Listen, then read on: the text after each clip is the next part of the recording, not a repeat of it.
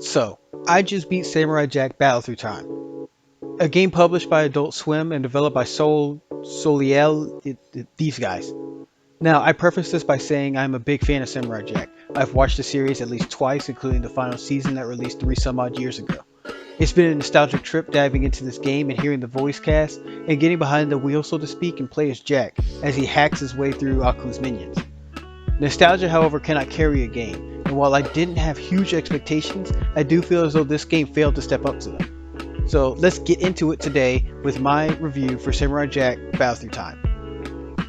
Let me start things off by giving the basics of the game. What is Samurai Jack Battle Through Time? You play as Jack, the iconic samurai lost in time. The story of this game picks up during the finale of the show.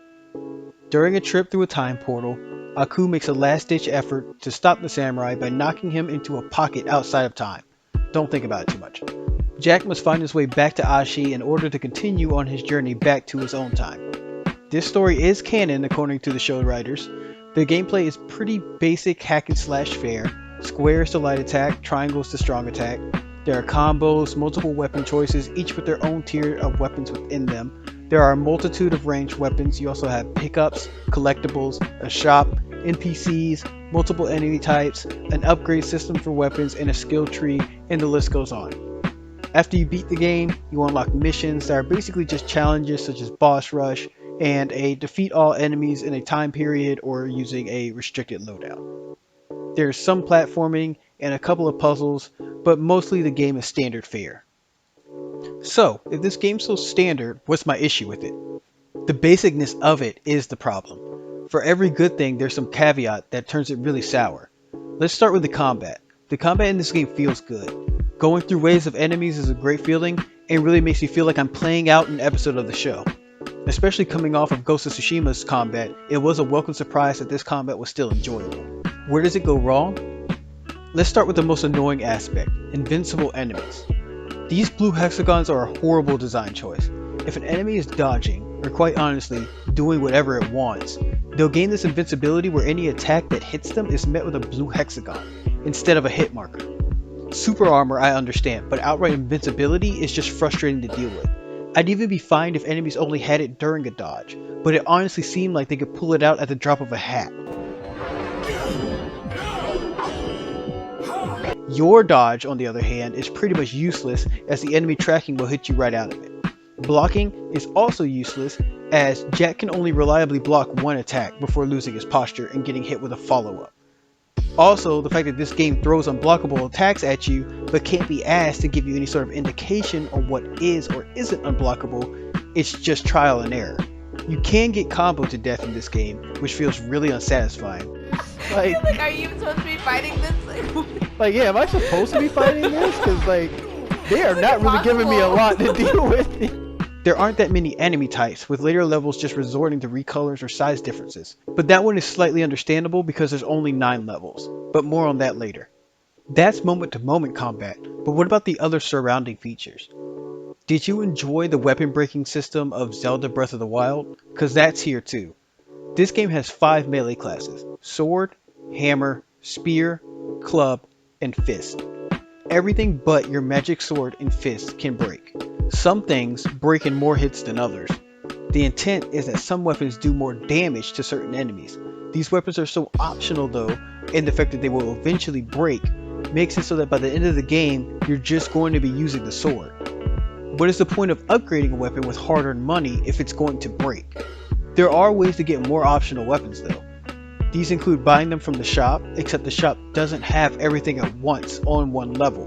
He may sell a staff, and then the next level sell a hammer. Another way is to throw an enemy while barehanded. If the throw would kill the enemy, you will disarm them, taking the weapon as your own. These weapons seem to have much better durability than those bought in the store. The only optional weapon I found even remotely useful though was the club, and that's because its speed and damage output were on par with the sword. It also seemed better at stumbling enemies.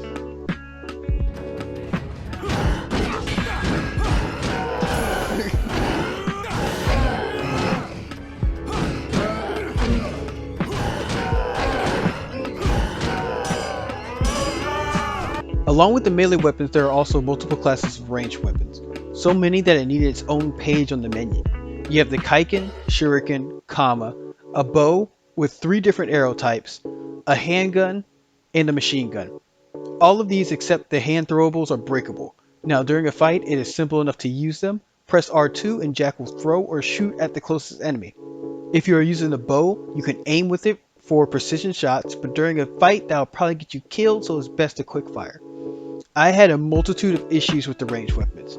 First, the fact that they break is pretty sad. You'll get about 20 shots out of the guns and the bow before they break.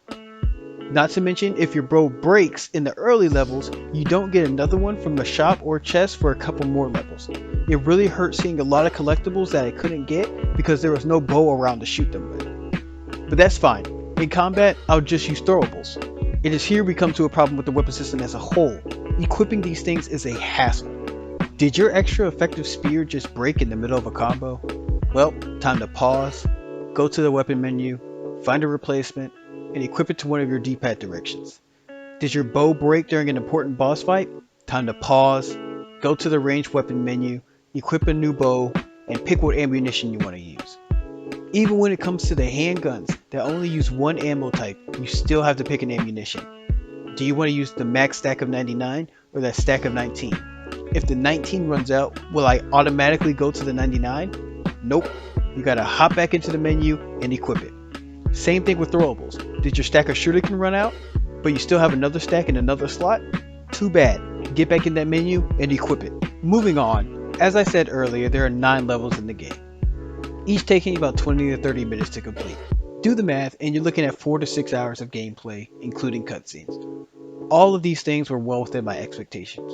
Even the level layouts are fine. A couple of corridors into some arenas with fights here and there, some minor platforming, and even those 2.5D sections. The level design though was lacking. Not much to say other than it felt very generic. The only level that felt really original was Aku City, with the undead cemetery feeling so generic I didn't even recognize who the final boss was. If it works, it works.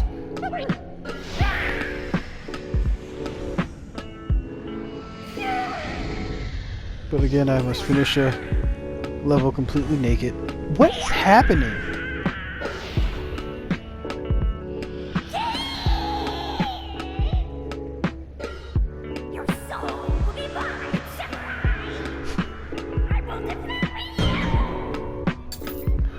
What just happened? After a bit of research, it turns out that she shows up in episode 30, Jack and the Zombies. I'm going to show you just how much screen time she has. I will eat your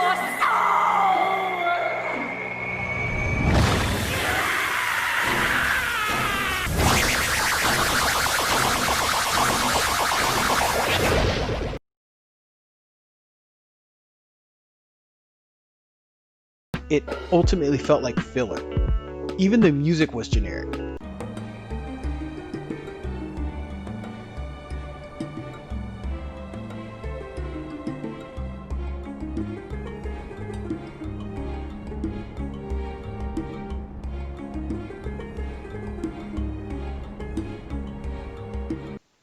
The show has a good soundtrack, and I'm not sure why they couldn't fall back on that.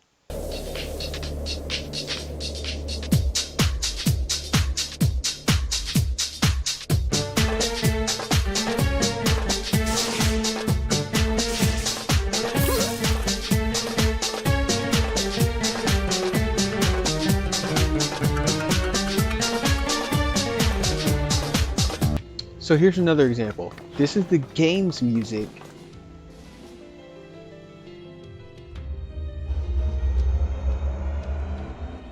And now this is it with the show's music.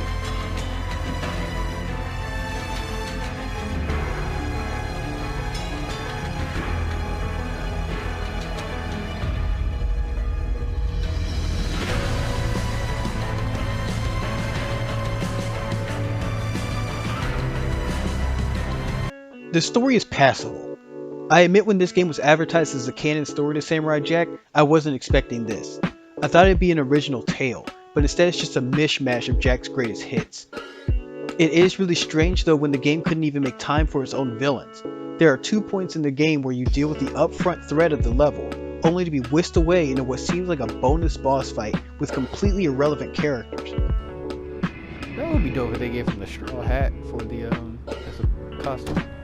Ooh, the hunters. Imakandi. Gotcha.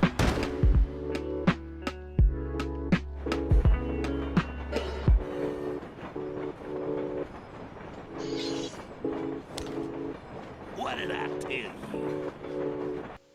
Also, towards the end of the game, you just get a retelling of Season 5. Nostalgia carries this passable story to the finish line, but that is pretty much it. Some other miscellaneous issues. The game really wants you to replay it, which would be fine if not for some of the above issues. To unlock the platinum from the game, you need to beat each level on the hardest difficulty.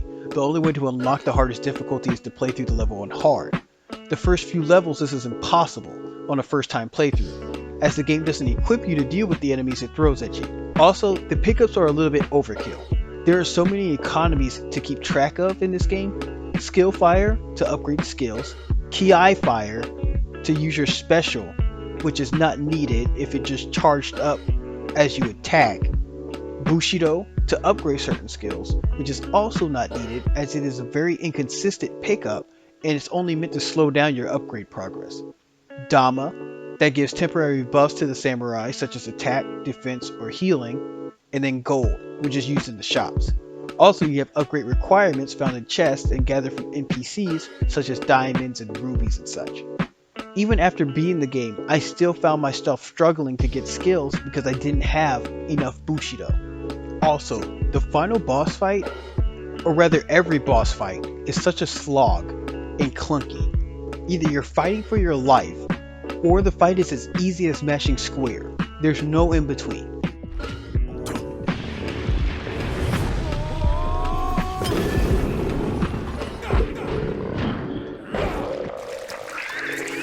The final fight, though, really sent me through the roof. Let me give some examples. There was a point when upon starting the fight, Aku used a string of unblockable attacks to combo me to death, and it felt like my will to play just broke. Or even then, that's even over.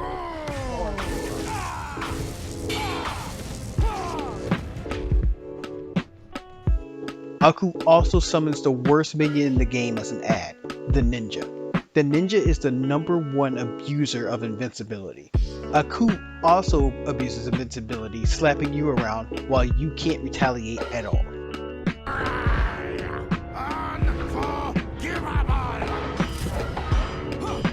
Come on, game. There will be moments during the fight where you are left to do nothing but run around because Aku is attacking you from under the floor. Aku's huge form is just utter bullcrap. You have to use a ranged weapon to hit him because his base is, you guessed it, invincible. The issue though is that he's shooting unblockable beams at you, and that ninja is going to take some shots because the auto targeting will aim for him instead.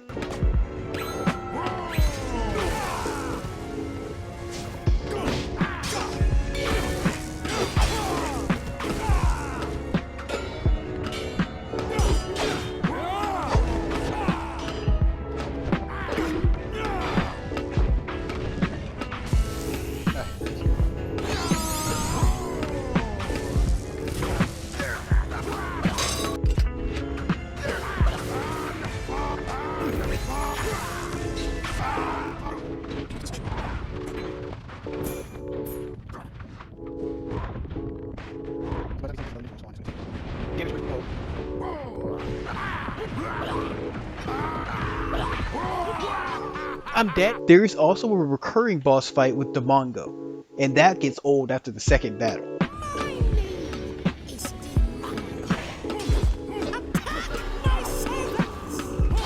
Awesome.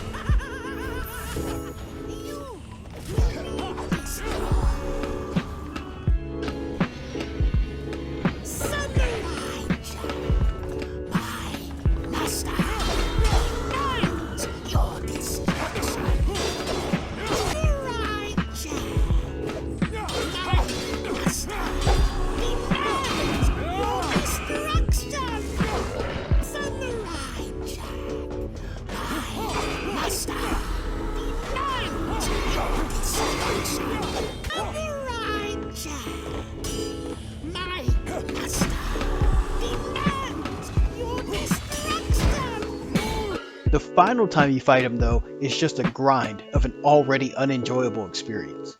Speaking of dying though, the checkpoint system can also be a bit rough.